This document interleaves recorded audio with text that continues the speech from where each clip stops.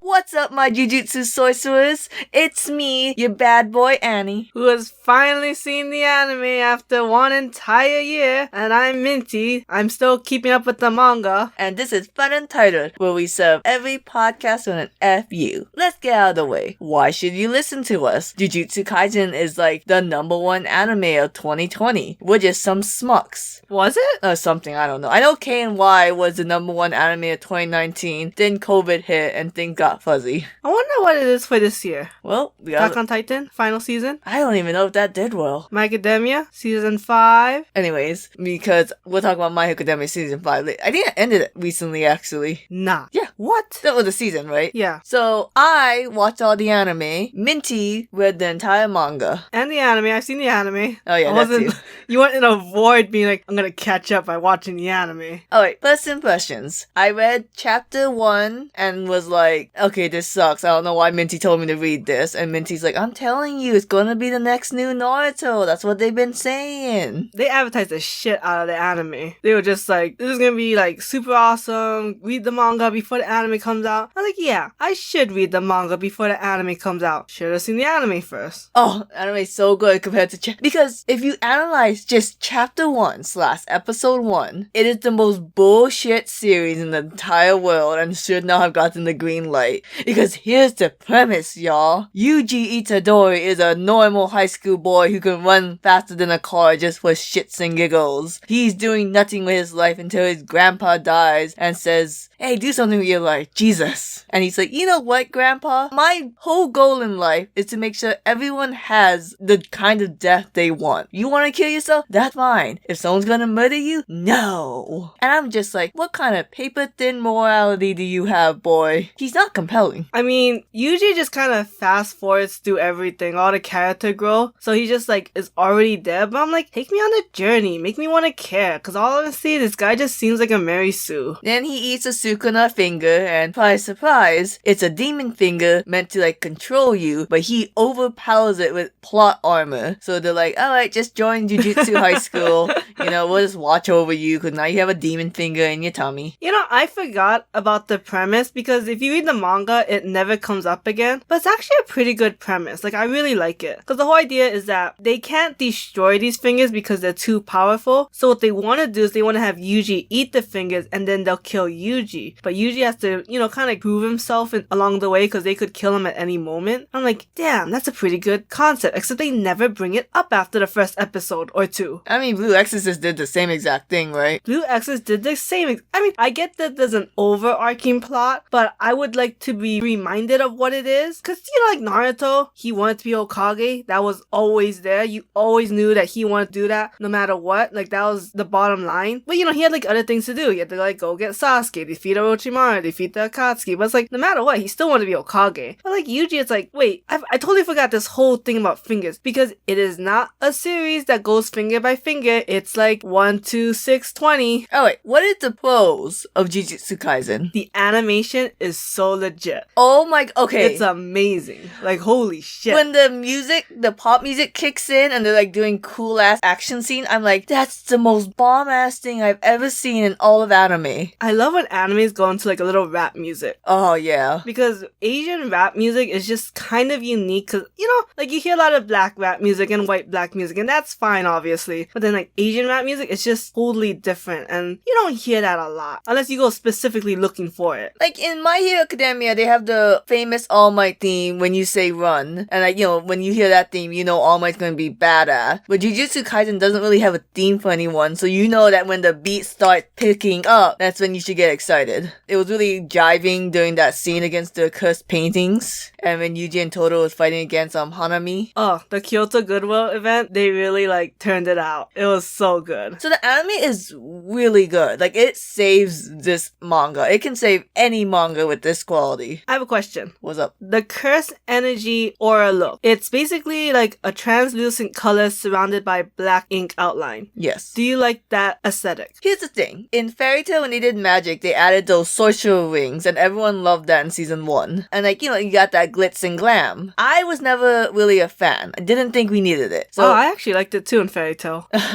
so in Jujutsu Kaisen, for the most part, it's unnecessary. But I do think it looks nice in certain cases, like with Nanami and Nobara. No, I mean, it looks nice. I don't know if I like the inky aesthetic. Oh. It kind of reminds me of what they do in KNY, but in KNY that makes more sense because it's like more of a metaphor water, but meanwhile in Jujutsu Kaisen, I don't get why it's a different style. Yeah, so I'm like, I like it, but I don't like it. Like, I wish it was done differently. But I mean, it's unique at least. Yeah, it's very unique. But I also think besides the animation being super legit, because you could give that to any anime, right? Yeah. And then that's not really fair. Because I really don't like a lot about Jujutsu Kaisen. I think there's a lot of plot holes. I think they don't explain anything. When they do explain things, it's just repetition, but it's not explaining any more. So it's just a little more confusing. Especially like the new arc that's in. But the reason I keep reading it is because the concepts are actually really good and unique. I was going to say the powers are super cool. Like Megumi's domain. The shadow puppets and like how he actually does his puppetry with his hands. That's really cool. I love Nobara and like the voodoo dolls. Yuji's powers are terrible. And I love Nanami's powers. Nanami has the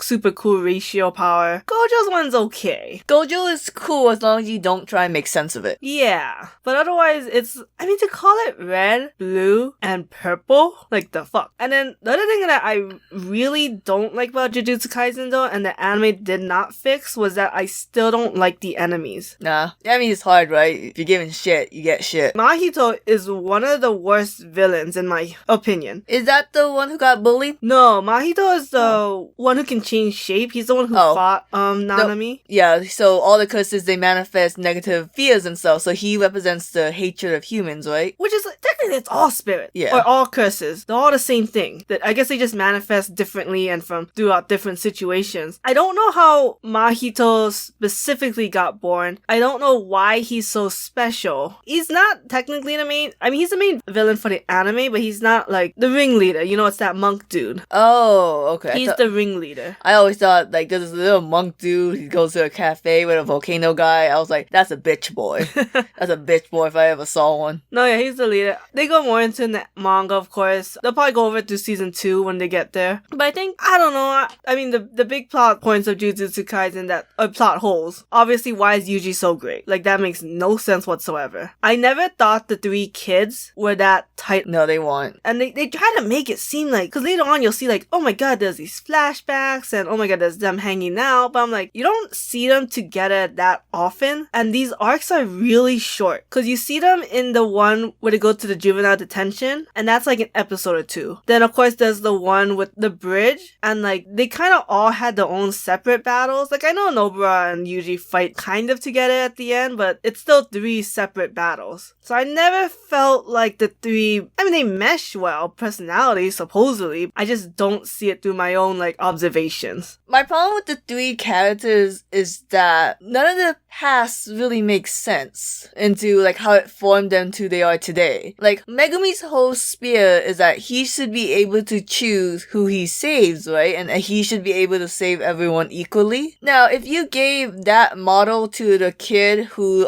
had his mom treated really unfairly because she was, like, a mistress, I get that. Like, but with Megumi, his whole past is that his sister got cursed randomly. Like, unless I'm missing something from the manga, why is Megumi's whole motto that he has to save everyone equally when it's not like his sister was like denied because of injustice? Yeah, you know, I don't know. I think when they go more into like the dad, maybe that would make sense, but I never understood how Megumi got sold into the Zenin family and then now he's part of it, like legitimately, and how he was able to get the Zenin power. But I'm like, you were sold into it. Unless his mom was the Zenin, but they never talk about his mom. They only talk about his dad, and I guess technically his stepmom, but only that she ran away with him. It's very confusing. I don't understand the past of any of these. Okay, now, I will admit, sometimes when a character's past is very connected to the character, and it just explains everything, that is totally bomb legit. You know, One Piece does that amazingly. My Hero Academia does that superbly. But I do want to give Jujutsu Kaisen some credit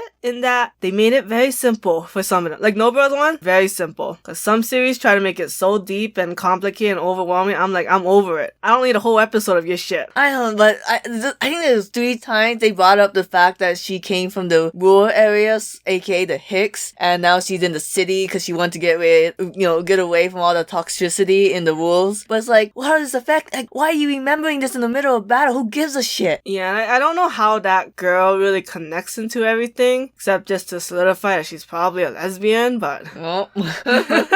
Here's another thing. This is the part that drove me insane. They were like, so the two characters, Maki and Mai, well, they're twins, so technically their powers are split in half, where one can see curses and one can use curse technique, and then, the other doesn't have the other skill that needs to be completed as a whole, right? Right. And so that's a whole fight of Mai is mean to Maki because Mai's a woman. She has to work hard if she wants to be recognized in the Zenin clan. And I'm just like, what the fuck? You just beating down there? That makes no sense. Like, the whole witch being like, you don't understand how hard it is to be a woman. You say that to women.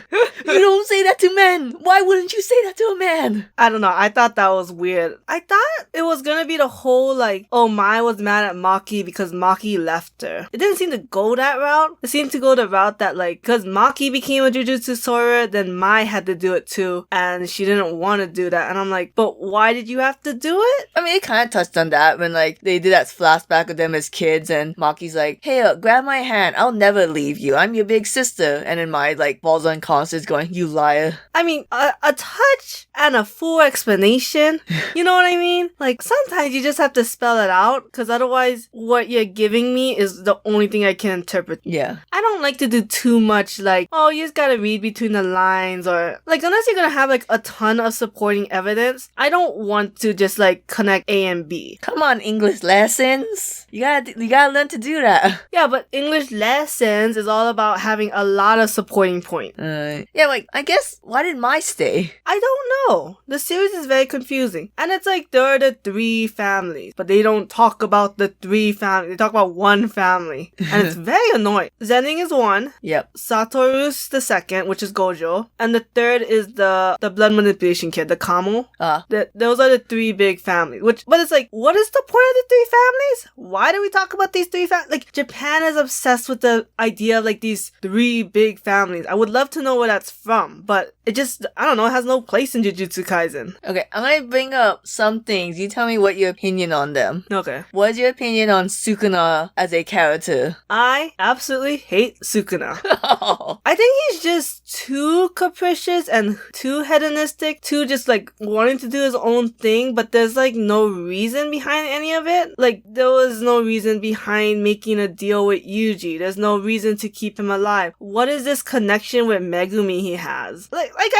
I don't get his personality. Like, he's not mad at the world. I mean, I know he wants to, like, bring the 20 fingers together, but I just don't get his deal. I don't get his personality. You mentioned to me this when we were watching this series. Why does Sukuna look like Yuji? Why does Sukuna in, like, the Mind Palace not look like his own form? Like how when Kyuubi in Naruto form, he goes to him as his fox form. He doesn't go as, like, the Naruto Kyuubi form, which is a Shippuden thing, and it's super cool, but whatever. So it's like, I don't like Sukuna. And maybe I'm not supposed to, but I'm supposed to at least understand where this dude is coming from, and I just don't get it. What do you think about the world building of Jujutsu Kaisen? I don't think Jujutsu Kaisen does any world building. Besides, like, okay, so there are curses, and there are sorcerers. That's it. Even, like, the hierarchy of, like, grade 4 to 1 to special 1, it's like, that's it. And then after, like, the first episode, you already jumped to grade 1 and special grade 1, and that's the highest you can go. Kind of like Toriko. Yeah, so it's like, what was the point of any of this? Even, like, the promotion, that does not come in play. Even when it's like, oh, like, I'm grade 2, what are you? You're grade 1? Oh my god. Like it was arbitrary because Panda won, so I was like, then what was the point? Because, like, the power levels are very arbitrary, even when you have something to compare it to. So it's just like, please stop making these hierarchies arbitrary, because I really like the idea of hierarchies, but if you're just gonna make them all the same level, then you're not really doing a hierarchy. What's the series I think Naruto has come pretty close to doing a good hierarchy? Like, the Jonins are far vastly different level from the Chunins. Yep. And who are greatly better than the Genins. If you don't count Naruto. Yeah, I mean, for the most part, you know what I mean? Yeah. Of course, the main character always breaks the rules. Bleach is pretty good. They don't have much of a hierarchy. Basically, captain, vice captain, everyone else. I'm like, ugh. Fairytale does a garbage job. Oh, garbage. These are our S-rank wizards. Here, in Phantom Lord, Juvia and Gaja will be S-rank, and then in Fairy Tail, they just won't. I mean, they don't have a standardized S test, right? So, makes no sense. Fairy Tail is like, see, you're S or you're not S. But you could be strong enough to compete with an S. Yeah, they're the unspoken S ones. Yeah. What do you think? And there was an arc where they kind of just shoehorn this weird kid who gets bullied a lot, the jellyfish dude. I actually really like him. I think his purpose was supposed to bring the humanity back into Yuji. I mean, not back into him, but like really develop it in Yuji. You know, I think he's supposed to be like the Haku in Naruto. Because Naruto was all like, I'm gonna be Hokage so everyone respects me. Then he meets Haku and he's like, oh, I should be living my life to protect the people I want to protect. Because that's how Haku lived it. Like, he lived his life to protect Zabuza. So I think that jellyfish kid, man, I should have wrote his name down, was supposed to be like, people suck. There's a reason why curses exist, but it doesn't have to go a route where humans go so deep in their own sorrows that curses have to be made, right? Like, if you just connect with the right people, then you'll be fine, right? If that kid just became friends with Yuji and he became happy, he would have just been a happy kid. But then the curse is like, oh shit, that not gonna happen, so I'll go kill their mom. That's not nothing that irritated me. Was like, the mom was a super cool character, and obviously she's very important to the jellyfish kid, so I wish they showed more of her before killing her, because that all happens in one chapter, meeting her and then she dies. I remember watching that scene with the mom coming, and then, Yuji and jellyfish kids really like hitting it off, and I said, wow, the mom is going to die a horrible death. And then when it happened, I was like, oh shit, not this fast. Right? Like you want to bond. It was the foundation for something to make Yuji finally be more likable, but I think they just kind of fucked it up. I don't think the execution was necessarily there, because I think nothing really changed in Yuji. He was always the good moral kid, but it's like, I don't know, again, no character growth. Yuji is hands down one of the worst protagonists. Like, holy shit. I don't know about the worst, but I do think a lot of the things that are supposed to make a good protagonist good was shoehorned in him, but you don't realize it's the journey, not the destination. I want to see the whole Deku processing everything, reflecting his past, doing things to be better, right? Yeah. You know, like Deku's like, I'm gonna be like All Might. And I was like, well, I can't be like All Might. And actually, I could do more than just be All Might. So I'm gonna like include the kicking and like the other quirks and blah blah blah, right? Because All Might, he doesn't do kicks, he doesn't use any equipment. So it's like character growth. In the words of Mahito, the opposite of love is indifferent. And I'm indifferent about Yuji. Because here's my thing, the only reason why I call him like one of the worst protagonists is he absolutely does not bring the plot forward. He kind of just reacts to everything, and then he helps out here and there. You know, I actually am surprised this series is more of a reactionary type of series. You know, because every arc is basically a curse happens and they have to go deal with it, which kind of makes sense, but it's also like, well, how come there's not more of them going out to find the fingers? Yeah. Because they only had like a couple of them. Honestly, in most of them, they find a finger by accident. Yeah, and I don't know what the whole trading hands of the fingers. One day the school has it, then the curses have it, then they give it back to the school, then they take it back from the school. You know, it's like, what is going on? Like, what is the point of any of this? Like, it's kind of like in Black Clover, Asta just goes on wherever he wants to go. But that kind of makes sense for Black Clover, just because they have a giant world they need to, explore. So that you have to, like, push him. Like, okay, you finished with Clover Kingdom, now we have to push you to the Heart Kingdom. But in Jujutsu Kaisen, it's like, let's go with another curse that's exactly the same. But guess what? You can have a badass moment this time. Also, the curse wombs are like the worst. I hate them. Oh, they're gonna become a thing? Yes. Oh shit. The curse room, I believe, was at the juvenile detention center and then at the bridge. What are the purpose? I thought they just existed. I don't want to go too into it because it's the older one, the one with the 2 pigtails. Oh, I thought that was a painting. It's the Chris Woon paintings. Oh, gotcha. Again, no idea what the hell this was all about. Something about a woman who got beaten and forced abortions and anger that her fetuses became curses or whatever the fuck. I just want to say thank you for not outrightly saying the word rape, even though I know you wanted to Shonen Jump. Like, I know how she got pregnant, but for my own sanity, thank you. Here's what I want to ask you. You like to form your own opinions, and I would say sometimes your opinions are very Unique. controversial. Well, as a GBS stan, I guess I'll wear that title. But you went and watched Jujutsu Kaisen and then said, I'm gonna be a super basic bitch-ass hoe and make my favorite character Satoru Gojo. He's funny. Okay, I will not deny that he's funny, and I will not deny that he's badass. Here's my thing. I really like funny characters, right? Your favorite character is the 2 lesbians, Nobara and Maki. Maki, she's a great badass character. She's not funny, and she doesn't have a strong personality outside of battle. Yes or no? I guess. But as for what I've seen from the anime, she goes through shit in the manga. She got denied that volume cover. And Nobara, her personality outside of battle is the kind of like a mean girl kind of personality I'm not a fan of. It's very Nami from One Piece. Like, you have a heart of gold, but you can be a little brash. Fucking love Nami. I know, I don't like Nami, but... And then most of her jokes overlaps with Yuji. Like, yeah, we're going to Tokyo. It's like, what's that, Megumi? Were you a delinquent? I thought we were lovers. Shit like that. It always overlaps with Yuji. Now, my boy, Satoru Gojo. Okay, we're finally coming back around after that detour. I'm just saying, compared to your favorite characters, because my favorite characters is like Satoru Gojo, and I really like Toto. Fucking Toto. Fuck Toto. Oh, yeah. He's funny. Like, I love the fact that they creatively say, like, oh, he has a high IQ, and he goes into his mind palace where he's a delusional piece of shit. His idol girl is telling him the best moves. And it's like, thank you. The thing with Gojo and Toto is that they make the least sense. The actions just, there's no rhyme or reason. But they're funny and they're badasses. Are they not badasses? Do they not have a goat moments? No, I'm not denying that, but I just can't stand them because they just don't make sense a lot of times. They just like, there's like a flow and they're just like these ebbs, you know? They just like the ripples that like throws everything off. Now, I will say this. Gojo and Toto, funny characters. I can watch them all day. Will I fuck them? No, that is reserved for Megumi and Inumaki. Like the tooth point. I like them small. Like, I don't really care for the whole Gojo with the stupid round glasses and his hair down. I know a lot of people like that. They just colored his eyes very nicely, but honestly, it's just a basic look. It's very basic, yes. Okay, we're coming close to an end. What is your favorite moment in Jujutsu Kaisen? Well, if we're just gonna talk about the anime only, it's the fight between Maki and the blue hair girl. Okay, it's either that or Nobara playing the game of chicken with the curse wound. Yeah, that's pretty cool. That was a bomb-ass moment. Bomb-ass. Where did we get the term bomb? I know I said it first. I don't know. Okay. Maybe it's that chicken place. Chicken bomb chicken? Yeah.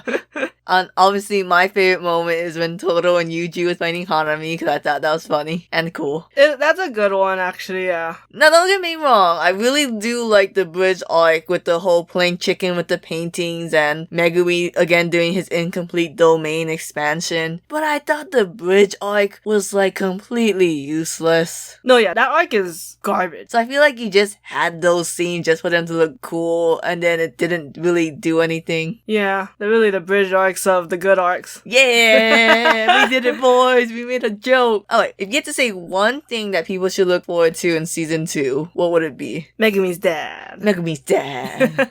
He has like a Tokyo Ghoul centipede, right? I don't know. I've never seen Tokyo Ghoul. I don't know if that's Tokyo Ghoul. I just want to see season 2 because I gotta see the Shibuya arc because the Shibuya arc ruined the series for me. Oh yeah, is that gonna be in season 2? I would think so because I don't think there's many arcs left. It's the Megumi's dad, Shibuya, Culling Game. I think that should be it. Anyways, I'm also excited to see the movie. Oh yeah, it's gonna be Chapter 0. Yeah, because Okotsu seems like a cool character. You know what's real fast? So I read Chapter 0, and I feel like they should have replaced Nobara with Maki as a main character. How dare you? I'm just saying Maki has the whole thing about trying to prove herself, Dare you. and I don't even know if Nobara can get a power up with her powers. Fuck you. I'm leaving. Alright, it's my show. Beep beep.